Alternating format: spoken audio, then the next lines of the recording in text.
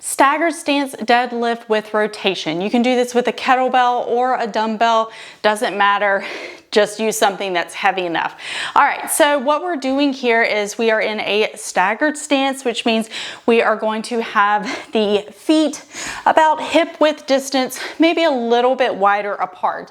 What we're thinking about here is we're doing a hinge pattern, but we're rotating a little more over that front leg, which is going to give us a little more internal rotation of the hip that is hinging.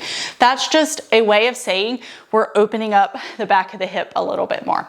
All right, so what we want to think about is in our staggered stance, we want to make sure that we can get over on the side that we're hinging. I don't want to see you over on the side that's not hinging. So this is my non-stance side. This is my stance side. Non-stance side, toe needs to be down on the ground, heel needs to be up. Stance side needs to have tripod foot in contact with the ground. Now, make sure you can get over that mid foot. I don't want to see you back here trying to hinge or way forward trying to hinge, okay?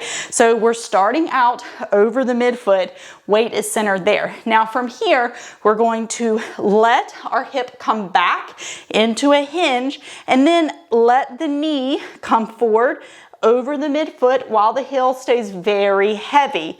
The rotation part comes at about 2/3 of the way down. What's gonna happen is we're gonna think about sending the other knee down to the ground. What you're not doing is rotating through your lumbar spine. That's not what we're doing. It should not look like this right here, okay?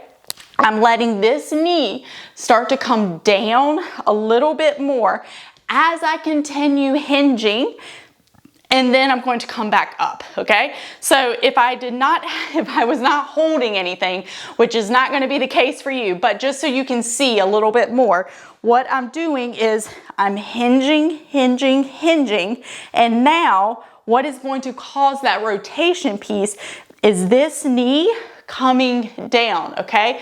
I haven't done this. That's not what I'm doing. I am in that nice hinge. I'm letting my other knee come down, and that is what is causing the rotation at this hip. A couple of things to keep in mind that I don't want you to do. And I know you're gonna do them because I've done them before. What I don't want you to do is as you're coming down, let this hip hike up. You need to keep the space in between your hip bone and your lower ribs long, okay? Keep that space nice and long, and then let that other knee come down. I know on my left side, it's hella tight. I definitely don't have as much motion on the left side.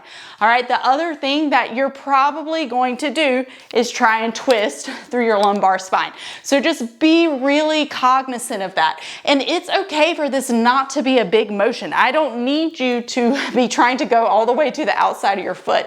That's not the goal. The goal is just to create a bit more space in this part of your pelvis and really get some nice opening across that glute as we're coming down into the very last bottom part of the hinge.